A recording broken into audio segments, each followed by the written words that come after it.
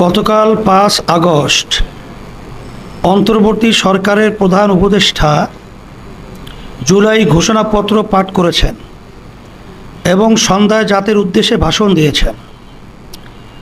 জুলাই ঘোষণাপত্র একটি ঐতিহাসিক ঘটনা এবং প্রধান উপদেষ্টার গতকালের ভাষণ আগামীর বাংলাদেশ নির্মাণের পথে গুরুত্বপূর্ণ মাইলফলক। ইসলামী আন্দোলন বাংলাদেশ জুলাই ঘোষণাপত্র এবং প্রধান উপদেষ্টার ভাষণ গভীর পর্যবেক্ষণ করেছে এবং তারই ভিত্তিতে আজকে দলের অবস্থান ও প্রতিক্রিয়া ব্যক্ত করার জন্য এই সংবাদ ব্রিফিং আহ্বান করা হয়েছে। আপনারা আমাদের আহ্বানে এসেছেন সেজন্যই আন্তরিক কৃতজ্ঞতা জানাচ্ছি। প্রিয় সাংবাদিক বন্ধুগণ, শুরুতেই জুলাই অভ্যুত্থানে জীবন উৎসর্গকারী বীর মুক্তিযোদ্ধাদের প্রতি শ্রদ্ধা জানাচ্ছি। তাদের শোকাহত পরিজনের প্রতি সমবেদনা জ্ঞাপন করছি। আহত ও ক্ষতিগ্রস্ত সকলের প্রতি সম্মান ও কৃতজ্ঞতা জানাচ্ছি। 1857 সাল থেকে শুরু করে 47 ও 71-এর সকল যোদ্ধাদের প্রতি শ্রদ্ধা ও সম্মান প্রদর্শন করছি। প্রিয় সাংবাদিক বন্ধুগণ, জুলাই ঘোষণাপত্র নিয়ে আমাদের প্রথম পর্যবেক্ষণ হলো, ঘোষণার আগে এটা আমরা দেখি নাই। জাতির এত গুরুত্বপূর্ণ একটি দলিল উপস্থাপনের আগে থেকে না জেনে উপস্থিত থেকে তাদের সমর্থন জানাতে হয়েছে। এটা আমাদের জন্য বিব্রতকর ছিল। তারপরও প্রত্যাশিত দিনে জুলাই ঘোষণাপত্র পঠিত হয়েছে, সেজন্য সংশ্লিষ্টদের ধন্যবাদ।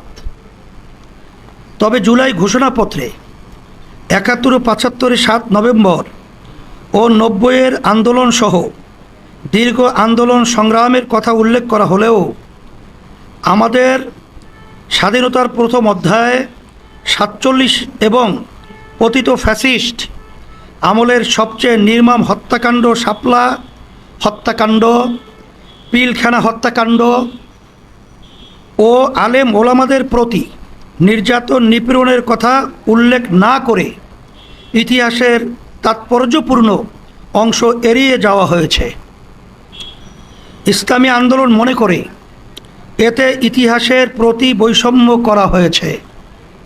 প্রিয় সাংবাদিক বন্ধুগণ, ঘোষণাপত্রের বিভিন্ন ধারায় হাসিনা ও আওয়ামী অপকর্মের উল্লেখ আছে।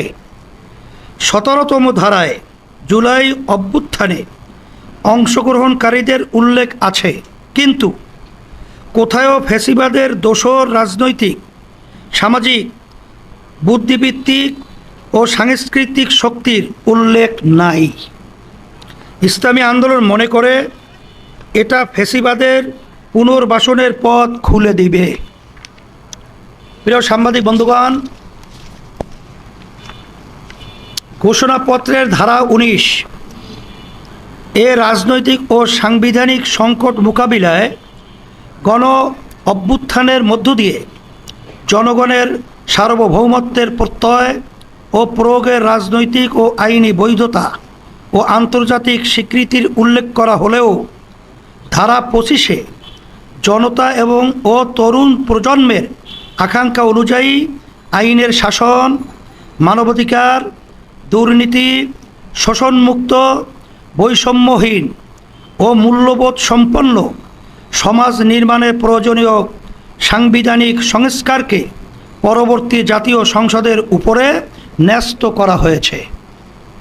ইসলামী আন্দোলন বাংলাদেশ মনে করে এর মাধ্যমে গণ অভ্যুত্থানের মর্যাদা ও সার্বভৌমত্বকে অস্বীকার করা হয়েছে। একই সাথে ধারা 27-এ জুলাই অভ্যুত্থানের রাষ্ট্রীয় সাংবিধানিক স্বীকৃতিকে উপযুক্ত শব্দ প্রয়োগের মাধ্যমে আপেক্ষিক করে পরবর্তী সরকারের উপরে ন্যস্ত করে অনিশ্চয়তায় ফেলে দেওয়া হয়েছে। প্রিয় সাংবাদিক বন্ধুগণ, গতকাল সন্ধ্যায় প্রধান উপদেষ্টা জাতির উদ্দেশ্যে ভাষণ দিয়েছেন। তার ভাষণ সুলিখিত এবং তার পাঠ আবেগ মিশ্রিত। ভাষণে সরকারের নানা সাফল্যের কথা এসেছে এবং আগামী ফেব্রুয়ারি 26-এ নির্বাচন আয়োজনের ঘোষণা এসেছে। এখানে আমাদের পর্যবেক্ষণ হলো, জুলাই সনদ এখনও না হওয়া আমাদেরকে সংস্কার নিয়ে অনিশ্চয়তায় নিক্ষেপ করেছে। গণ অভ্যুত্থানের 1 বছর অতিক্রান্ত হয়ে গেছে। নির্বাচনের আনুষ্ঠানিক যাত্রাও শুরু হয়েছে। তিনিও বারংবার বলছেন ফেব্রুয়ারি দূরে নয়, কিন্তু সংস্কারের প্রতিশ্রুতি সম্বলিত জুলাই সনদ এখনও হয়নি। সংস্কারের রূপরেখা নিয়ে সিদ্ধান্ত হয় নাই। জনতার প্রত্যাশা অনুসারে সংস্কারকে স্থায়ী করার ব্যবস্থা না নিয়ে এখন তক সংস্কারকে পরবর্তী সরকারের উপরে ন্যস্ত রেখে পুরো সংস্কার কার্যক্রমকে অনিশ্চিত করে রাখা হয়েছে। আমরা পরিষ্কার করে বলতে চাই, অধ্যাদেশ জারি বা গণভোটের মাধ্যমে জুলাই সনদের আইনি ভিত্তি তৈরি করতে হবে এবং জুলাই সনদের ভিত্তিতেই জাতীয় নির্বাচনের আয়োজন করতে হবে। প্রিয় সাংবাদিক বন্ধুগণ, ইসলামী আন্দোলন বাংলাদেশ সুদীর্ঘকাল থেকে পিআর পদ্ধতিতে নির্বাচন আয়োজনের দাবি জানিয়ে আসছে। অভ্যুত্থানের পরে পিআরের পক্ষে ব্যাপক জনমত গঠন হয়েছে এবং রাজনৈতিক ঐক্যমত্য প্রতিষ্ঠা হয়েছে। আমরা বারংবার উভয় কক্ষে পিআর পদ্ধতির নির্বাচন আয়োজনের জন্যে সংস্কার কমিশনে কথা বলেছি, লিখিত জানিয়েছি। এর যৌক্তিক প্রতিক্রিয়া হওয়া উচিত ছিল পিআর নিয়ে সংস্কার কমিশনে এজেন্ডা রাখা, কিন্তু ঐক্যমত্য কমিশনে আমাদের বারংবার প্রচেষ্টা সত্ত্বেও নিম্নকক্ষে পিআর নিয়ে কোনো এজেন্ডাই রাখা হয় নাই। আমরা এর তীব্র নিন্দা ও ক্ষোভ জানাচ্ছি। অভ্যুত্থানের পর রাজনৈতিক সংস্কার সংশ্লিষ্ট সবচেয়ে আলোচিত ও গুরুত্বপূর্ণ বিষয় পিআর নিয়ে কোনো সিদ্ধান্ত হওয়ার আগেই নির্বাচনের মাস নির্ধারণ করা, জনদাবির প্রতি স্পষ্টত উপেক্ষা করা। আমরা নির্বাচন কমিশনের প্রতি আহ্বান জানাব, নির্বাচন পদ্ধতি নিয়ে এই জনদাবির বিষয়ে কোনো সিদ্ধান্ত হওয়ার আগে নির্বাচনের তফসিল ঘোষণাপত্রর কার্যক্রম শুরু করবেন না। একই সাথে ঐক্যমত্য কমিশনের প্রতি আহ্বান জানাব, অতি দ্রুত পিআর নিয়ে এজেন্ডা নির্ধারণ করে আলোচনা শুরু করুন।